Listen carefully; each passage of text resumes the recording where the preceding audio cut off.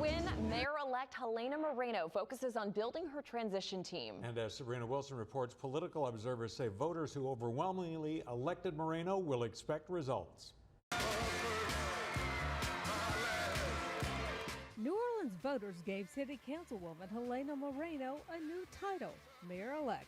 I really hope that you are not weary, because the hard work is actually just ahead. Moreno won the mayor's race with 55% of the vote. She campaigned on improving the delivery of basic services for residents. Obviously, we'll be putting together different committees for the transition team, and they'll be focusing on really key issues for the city, everything from infrastructure to public safety. Mayor-elect Moreno's first challenge is a budget deficit. She has the benefit, however, of being on the council, so she can be part of the process that sets the budget, which she will administer as the mayor. The city council must pass a balanced budget by December 1st for the incoming year. Mike Sherman is Fox 8's political analyst.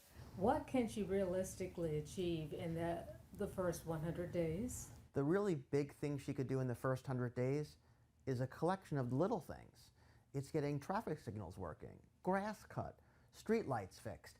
If she can surge basic infrastructure, she will send a message to voters that she's delivering on campaign promises early in her administration. One of her campaign promises was that she's going to hire 100 people to maintain the streets and to fill potholes, in the city, and that costs money to hire 100 people. Dr. Robert Collins is a Dillard political analyst, and given Moreno's big win, he thinks voters will have expectations. They're going to expect good things to happen right away. I mean, the voters probably aren't going to be patient. And Moreno promises to also focus heavily on problem-plagued city departments. So really focusing in on fixing city departments that have really become major hurdles to the people of this city, and that includes safety and permits. I think selecting department heads who can transform these departments is going to be her toughest challenge during the transition period.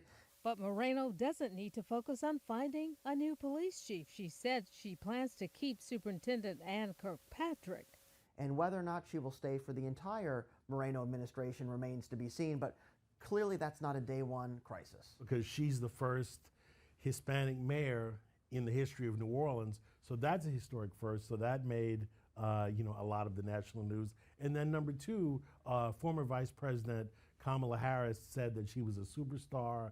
Of course, she was very active in the Harris campaign. The official website for Moreno's transition is now up. It's called New Direction for the Future. In terms of the budget, Moreno says she's talking to her fellow city council members about what they need to do to make sure they're aligning her priorities with the council's priorities with residents' priorities.